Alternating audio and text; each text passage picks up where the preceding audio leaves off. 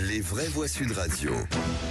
3 mots dans l'actu, Félix, qui sont soulagement, débriefing et médecin. Mohamed Amra attendu en France dans les prochaines heures. Le narcotrafiquant a décollé de Roumanie pour être remis aux autorités françaises. Soulagement des proches des 2 agents pénitentiaires tués lors de son évasion à Incarville il y a 9 mois. Les 27 dirigeants européens se réunissent demain en visio pour débriefer la rencontre Trump-Macron d'hier soir, pendant que Vladimir Poutine se voit déjà partager le gâteau des minerais ukrainiens avec les États-Unis. Et puis le deuxième jour du procès Le Squarnec à la cour criminelle du Morbihan, l'ex-épouse du chirurgien raconte n'avoir jamais soupçonné les penchants pédophiles de son mari et toujours la présence contestée de l'ordre des médecins sur le banc des parties civiles. Les vraies voix Sud Radio. Il a fait appel de sa détention, mais ça ne devrait pas empêcher donc la Roumanie de remettre Mohamed Amra aux autorités françaises. Le narcotrafiquant a quitté la Roumanie en avion après son arrestation ce week-end à Bucarest. Il est attendu dans les prochaines heures dans l'Hexagone. Cette arrestation, puis le coup de filet d'hier, c'est un premier soulagement, nous dit maître Mathieu Chirez, avocat de la veuve et des 2 fils de Fabrice Moello, un des 2 agents pénitentiaires tués à Incarville. Premier soulagement parce qu'évidemment il va falloir prendre connaissance en détail des investigations et de leurs résultats, ce qui va être rendu possible ces prochaines semaines en consultant la procédure. C'est à coup sûr une étape importante dans ce dossier. On a entendu hier la conférence de presse de la procureure de la République auprès du tribunal judiciaire de Paris qui a rappelé le nombre de pays concernés par les opérations et interpellations qui ont été effectuées. Le nombre de gardes à vue en cours est aussi significatif puisque hier encore il était question de 25 gardes à vue en cours. Donc c'est une étape importante et à ce stade, nous saluons le travail qui a été effectué par les enquêteurs sous la direction des juges d'instruction dans cette affaire. Maître Mathieu Chirez avec Jean-Jacques Bourdin dans le Grand Matin Sud Radio. Son appel, il avait dit qu'il ne ferait pas appel, a été rejeté directement par les autorités roumaines. L'utilité d'avoir un pays relativement étranger à notre état de droit sophistiqué. Ça va nettement plus vite. Vous êtes d'accord avec ça, Bruno Pomar ? Oui, il a raison. Vous qui avez eu à faire face à des grands truands. Oui, non, mais c'est clair. Normalement, la procédure lui donnait 30 jours, je crois. Ouais, effectivement, c'est assez expéditif. J'espère que la justice française sera pareille. Là, c'est encore... Et quel ça donne ? Bah oui, moi j'ai un compte. Traiter les brutes avec brutalité, ça me semble relever de la justice. Traiter les brutes, ça pourrait faire 1 heure, hein, ma chère Cécile. Oui, ça pourrait, effectivement. Moi, Il y a l'art de nous glisser quelques petites phrases Des boules puantes un peu. sur lesquelles on ne peut pas répondre. Vous voulez qu'on en parle ou pas ? Non, ça va ? On attendrait pas ça, allongez ça va, quelques on va en secondes. parler à la pause.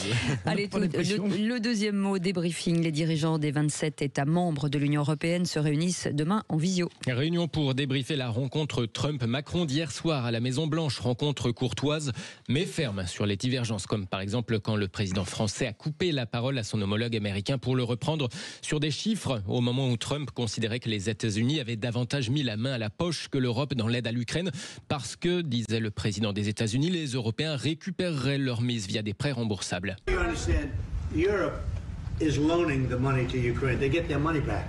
No, in fact, to be frank, we paid 60% of the total effort. And it was... Non, alors, pour être franc, nous avons payé 60% de l'effort total, corrige Emmanuel Macron, en posant la main sur le bras de Donald Trump, qui répond par une moue dubitative. Et alors que les 27 en discuteront demain de cette réunion, eh bien, au Kremlin, Vladimir Poutine entrouvre la porte aux Européens, justement, sur les négociations de paix en Ukraine. Nous sommes reconnaissants envers tous nos partenaires qui s'efforcent de garantir l'arrivée de la paix en Ukraine. Ce que je veux dire par là, c'est que non seulement les Européens, mais aussi d'autres pays ont le droit et peuvent participer. Nous traitons ça avec respect, dit Vladimir Poutine, qui par ailleurs se félicite du vote à l'ONU par lequel les États-Unis ont refusé une résolution condamnant l'agression russe en Ukraine. Le président russe qui se dit favorable aussi à des investissements américains dans les minerais stratégiques des sous-sols de régions ukrainiennes occupées par son pays. Alors en gros, pour résumer, ces deux-là se voient déjà un peu partager le gâteau finalement. Troisième mot.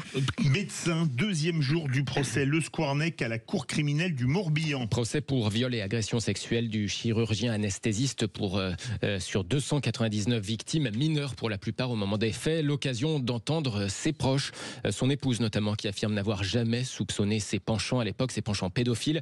Ce qui est très contesté sur place en revanche, c'est toujours la présence de l'ordre des médecins sur le banc des parties civiles, alors que ce même ordre des médecins n'a pas empêché à l'époque de reprendre ses fonctions après sa première condamnation. C'est ce que raconte Sonia Biche, fondatrice et porte-parole de Stop aux violences obstétricales et gynécologiques, un collectif. Nous, ce qui nous choque au niveau de l'ordre des médecins, c'est qu'il y a la confraternité et le fait que quand des professionnels dénoncent des faits de violence de leurs collègues, donc à l'égard de professionnels de santé ou alors à l'égard de patientes, eh bien, l'ordre des médecins peut leur donner un blâme pour défaut de confraternité, alors qu'ils devraient plutôt encourager la parole pour que les professionnels déviants soient sanctionnés et donc ne salissent plus la médecine.